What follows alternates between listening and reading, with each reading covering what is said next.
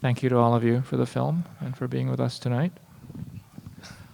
Elegance, Yes. I'll start with you. You introduced the film saying that this is your story. It's a story that happened more than 15 years ago now. Yeah. So I'm wondering at what point you thought about it becoming a film. Is this the film you would have made 5 years ago, 10 years ago? Well, it took 6 years to make, so yes, for sure. I would have loved to have made it 5 years ago. This story comes from, I was at Tisch, and I had done my first short film, Walk For Me, and it did pretty well. Played a bunch of festivals, and managed to use it to get a TV show called My House on Viceland, and finally had some money for once. And I was like, okay, let me sit down and write some scripts. And I wrote the feature version of Walk For Me, and I wrote this film. And then Chester, my love, was like, you need to do the inspection. You have to tell a story that takes the audience to a place they could never, ever go without you. And this is your story. This is the one. It's got to be personal, and it's got to be real. I'll let you say your part, Chester. That's what I said. But no. Took his line. But no, I understood that, being gay in the Marine, and I have met, it was his own particular thing that Elegance had gone through, and I respected and honored, his service. And I've met a lot of Elegance's Marine Corps buddies, and I noticed that, as different as they were, Republican, left, right, whatever, they were still brothers, and they still had a bond, and, they protect each other, they help each other when no one else does. So, I'm like, you should tell a story that can, like, literally try to bridge the left and the right together. And it was this, through your own story, essentially.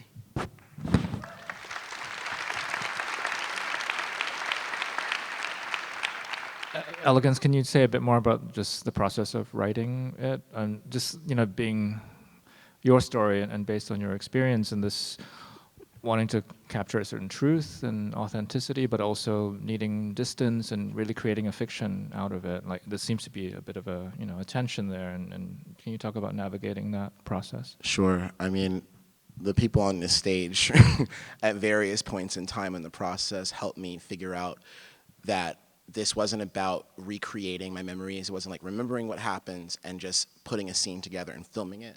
This is about what have you learned and what is the core of the humanity of these characters. Where did they come from? I know, Gabby, we had many conversations about, okay, I'm not your mom, bro. I'm an actress. And those conversations were really fruitful. And I think in terms of like, the writing itself, it was tough because, I always tell people this movie is 100% autobiographical when it comes to the desires, motivations, and fears of French, even if the circumstances aren't necessarily things that I had been through personally, So but when it comes to French and his mother, literally every word, every interaction that comes between them is something that I've experienced with my mom.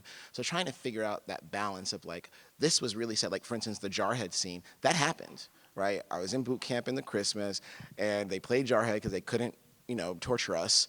And we watched Jarhead, and my drill instructor was like, this movie's bullshit. And I was like, well, I liked it. So that's why, I put it in there. So it's like that balance between what actually happened and what could be resonant to an audience versus what happened and how it affected me, and just learning the difference between this isn't necessarily a therapy session, this is a work of art. And these folks really, really held me accountable in that process, and I'm just forever grateful.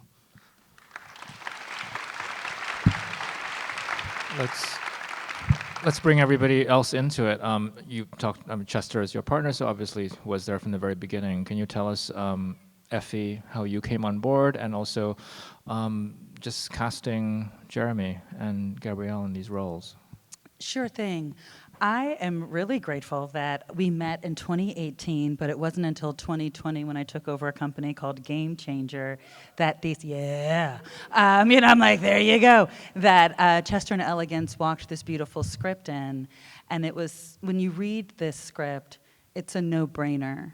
You know it's something that's really special. It was authentic. You had these wonderful filmmakers that were going to help bring it to life. And we also, I just have to say, we had an amazing crew. And a lot of times right. they don't get thanked. Thank you, But crew. they did. You're If out it wasn't there. on Thank their you. backs, we wouldn't be able to make this movie. And one wonderful crew person in particular is Kim Coleman. She was an amazing casting director.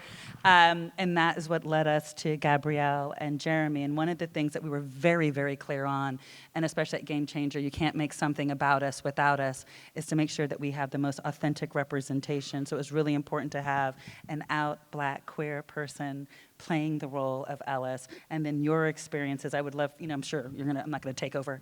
Producer. No, to talk about, I'm like, I can't help myself, I'm sorry. To talk about your experience. It really sort of all came together really beautifully. And I think, and this is what the result is, and it looks like you guys liked it, so thank you.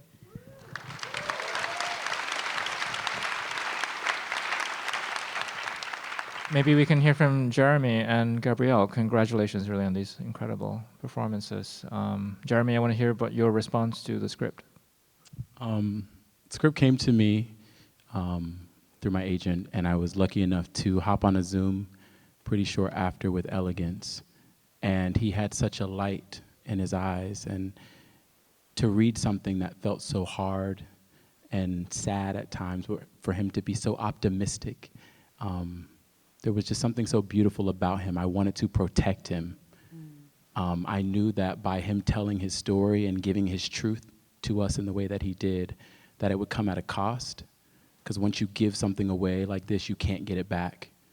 So you guys being here tonight, you're witnessing something that is, can be very vulnerable, because he's sharing and he's opening up himself. But I wanted to be that vessel. I wanted to be a part of that process. To be in a room directed, written by a Black queer man is something I never experienced. So to be able to look across my collaborator and for me to know that he felt me and he understood me and I didn't have to over-explain myself, that it was a safe space to create and to heal. That's what I found on the other side of filming this project. So I'm just extremely grateful that you guys are here tonight. It means so much to be here. And I love you forever.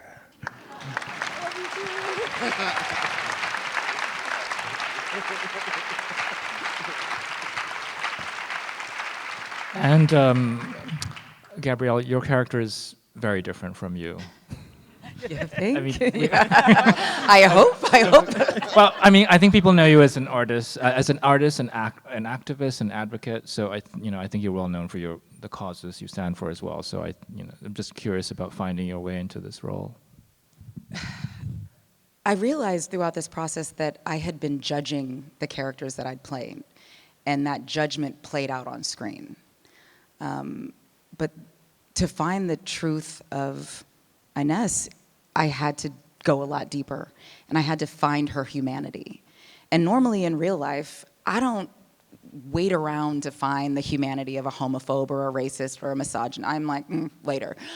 But as a parent of a queer child who does this work every day, who watches my child and young and older kids like her want those connections, want to be seen, want to be loved fully and without condition, I realized I have to go deeper, not just as a mother, not just as an advocate, but as an actor, to find that common ground and that my character's humanity. And in doing that, I realized, as much as I'd like to think not, I did have a lot in common with her. When you think about why we do the things that we do, why we are the way that we are, why we have the desires and the wants and the needs that we do, it comes from someplace. And before she was a mom, she was a girl with dreams. She was smart. She was a good student. She had all these dreams. But when you center the needs of someone who would not spit in your direction if you were on fire, and you make that your gold star, you are willing to barter and gamble and risk all sorts of things, including your children. And while I've never put my kids on the table, I've moved all my chips in for my soul, for relationships, for my scruples. And I've lost every time. So in finding that commonality, it was dark, it was scary, it was disturbing. But I realized that this is the way that I build bridges. This is the way that I reach more people. This is the way that I put more families back together as a mother and as an advocate, including my own family. So, you know, when they say hurt people, well, healed people can lead to the path to more healing for others.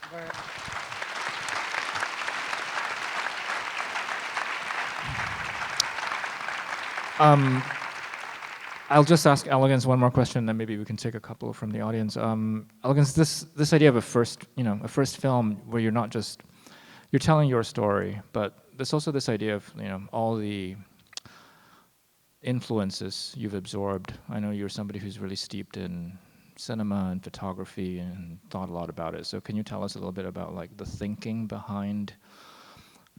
Well, first I want to give a shout out to Lachlan Milne, Yeah. the cinematographer of The Inspection.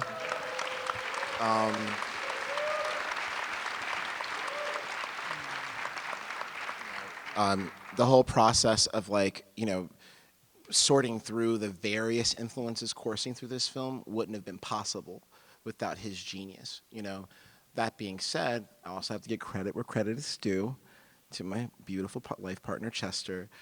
Chester really made it a point for us to consume images of William Eggleston, particularly his Clouds book, right? Because we're filming we filmed everything pretty much in the same location. So how do you make the days feel different? How do you make the space feel expansive? Chester helped me to look at the landscape, right? So once we did that, Sally Mann came into the picture, Terrence Malick came into the picture. In terms of the visual language of the film, you know, Don't Ask, Don't Tell may have gotten its name in the 1990s, but queer service members have been serving in, you know, forced silence and oppression for nearly 80 years in total, right? So Ellis French is a composite of those experiences, and the way we wanted to express that was by making a bit of a hybrid film, right? When we're in French's point of view, this is a handheld European-style cinema movie, right? When we were shooting, very often I would say, people are like, okay, what do we do now? And I'm like, okay, let's just do what Claire Denis would do. What would Claire Denis do right now, you know? And then, what's Terrence Malick going to do with these trees, you know? And then, when we're looking at French operate in the world, this is a more kind of formal and composed boot camp film, something that would be reminiscent of a Full Metal Jacket or a Jarhead, right? And the idea is to create a visual language that would suggest the shaky ground that queer troops have stood on during that 80 years of, you know, homophobic treatment within the armed services. What does it feel like? So that subjective, intimate, handheld camera work when we're with French, but then when we see him in the world, we see that same person that we emote with, that we feel with, trying to fit into these various kind of masculinity boxes that are, you know, rarely any of us really fit into. I think we can take maybe one or two audience questions. So, yep, we have one right there.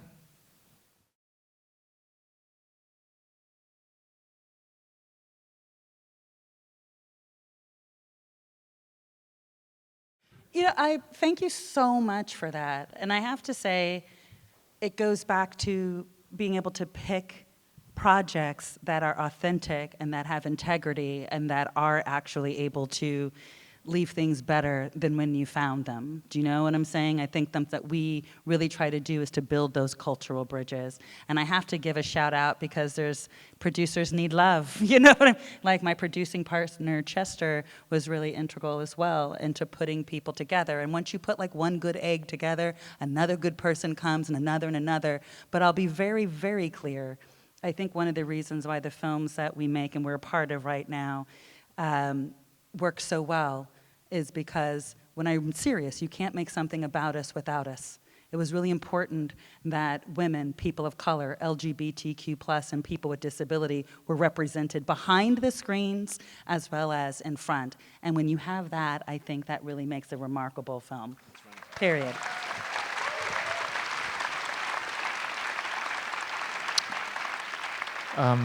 Okay, we can take one more. Don't be shy. There's two over here. You can, yeah, great, right, it's right there.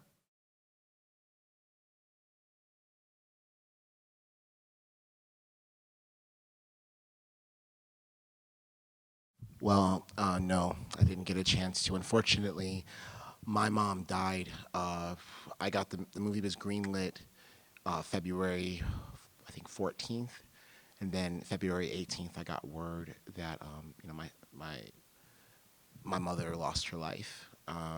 So no, but I can say that I'm forever grateful to you, Gabrielle, you as well, Jeremy, because you managed to bring my mother back to life for me and to bring me back to places with her that I hadn't been to. The apartment you see in the beginning of the film, I hadn't set foot in that apartment in almost 18 years until it was reconstructed by our incredible production designer, Tommy Love,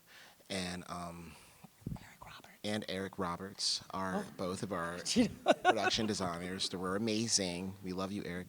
But you know, I hadn't been back in my mom's home in almost 18 years at that point.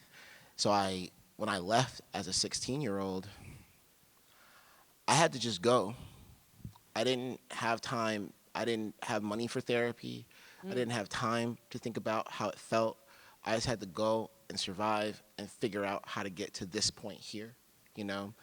And having the generosity of these two incredible artists, you were able to let me go back into a space that I had been banned from, and to remind myself that I was okay then. I was fine. It was never me. It was the house that I grew up in. It was the struggles my mother went through. And I don't really have anything else except gratitude for that. I don't know, you know, I'll tell you this, like, you know, at the end of the film, there's that scene where she said, I could have left you on any doorstep. Whenever we had issues, my mother would say things like that to me, and I believed her. I believed that I didn't deserve anything because me being gay made her not want me. So if my mother doesn't want me, who would ever want me, you know? And then I got on that set, and I heard Gabby and Jeremy go through this experience that was so crushing for me, and it wrecked me that day. And then I got in my car, I went back to the hotel, I ordered dinner, and I was fine now. So I just have so much gratitude for that, you know?